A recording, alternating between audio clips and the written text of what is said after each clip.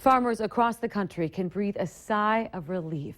Lawmakers in farm states have been scrambling for more than a month after Congress approved $3 billion in crop insurance cuts as part of the budget deal. And now they've gotten that money back for what some are calling the backbone of the economy.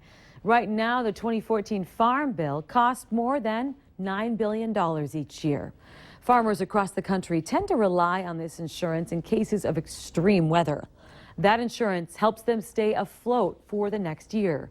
Members on both sides of the aisle made sure to include a restoration of funds in the highway bill, but Senator John Hoeven says he was frustrated that this cut happened in the first place. We specifically put statutory language in the Farm Bill so this couldn't be done because we'd run into this before. Crop insurance has been cut $12 billion since 2008. Now, critics of the current program say it guarantees farmers a profit, and cuts would not have hurt them in the end.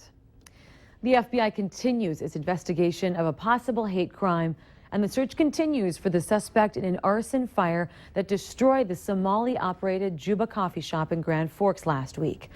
Police are asking for your help in locating Matthew Gust. Meanwhile, as Valley News Team's Neil Carlson shows us, the Muslim community in Grand Forks is braced for possible backlash from all of this. Police say it was Matthew Gust, seen on this surveillance video, who broke the front window of this Somali-run coffee shop last week. He allegedly tossed a bottle of gasoline through the window, starting a fire that caused $90,000 of damage. Today, the food and appliances used to operate this family-run business are piled in a dumpster in front of the store. The Somali folks who lease the space and operate the Juba coffee shop have said they'll rebuild, despite the fact that just a few days before the fire, a Nazi symbol along with the words "Go Home" were spray painted on the front window. Do you have any evidence linking the racist graffiti to the suspect, Mr. Gust? No, at this point in the investigation, we don't have anything that links the two together. It's something we're obviously still looking into, but at this point, we've not been able to link the two. It's an angle the FBI is also working. If Gust is linked to the racist graffiti crime, he could also face a federal hate crime charge, which could add 10 years to his sentence if he was charged and convicted. The general definition of a hate crime is a crime which is motivated in part by prejudice or bias with respect to national origin, ethnicity, religious beliefs. Meanwhile, the president of the Grand Forks Islamic Center says they're worried about the possibility of more violence. Yes, it is. We are worried that things can go, further than this, especially, unfortunately, if another terrorist act happens somewhere. Law enforcement continues to search for clues regarding the possible motivation for Matthew Gust's alleged crime of torching the Juba coffee shop. In Grand Forks, Neil Carlson, Valley News Live. Later this week, we will hear from Suleiman regarding the meaning of the Muslim faith. He says everyone needs to have a better understanding of each other. And if you have any information regarding Gust's whereabouts, you're asked to contact police. There are many ways to give back this season, but one is aimed at helping end hunger in our region. The Great Plains Food Bank is the only food bank in North Dakota helping distribute food to rural areas and food pantries. 63% of clients say they have to choose between food and transportation. Each year, 5,300 volunteers help sort, label, and repack donated bulk foods.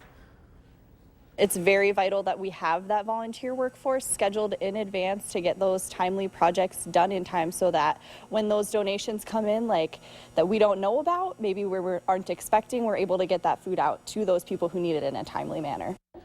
Great Plains Food Bank provides food for more than 11.5 million meals each year. For more ways to help give, go to valleynewslive.com and look for this story under the Valley Today tab. And the folks who own the Family Fare grocery stores in the Fargo-Moorhead area are donating $5,000 to the Great Plains Food Bank. That district contribution is one of 19 that Spartan Nash is making through its foundation. A Spartan Nash spokesperson says they've donated nearly $1 million over the past 10 years to organizations like the food bank in communities that they serve. Dozens of kids from the FM area will be sleeping in their own beds tonight, all thanks to the help of a furniture store. Slumberland Furniture partnered up to help provide 32 kids with beds before Christmas. This is the 21st year of the event, and once again, Knights of Columbus helped deliver them to each house. Along with a bed, kids also got sheets and a handmade quilt. Vicki Meyer helped make quilts for the kids for 5 years and under. She lost her battle to cancer. And this year, when her cancer was progressing, we had them all done real early because she wanted to make sure they were all done, and they were. Her family will be carrying on her mission to help. Through the years, Vicki and her mother have made nearly 200 quilts. Rock legends AC/DC are coming back to Fargo in 2016. The band announced dates for a new world tour this morning, and it includes a stop at the Fargo Dome, February 11th, 2016. Tickets will go on sale at 10 a.m. this Saturday, December 19th. American dates for AC/DC's Rock or Bust World Tour kickoff on February 2nd, and all stops include a stop in the Twin Cities as well. This will be the third visit to the Fargo Dome for the Australian rock band. The first was in 2001, the second in 2009.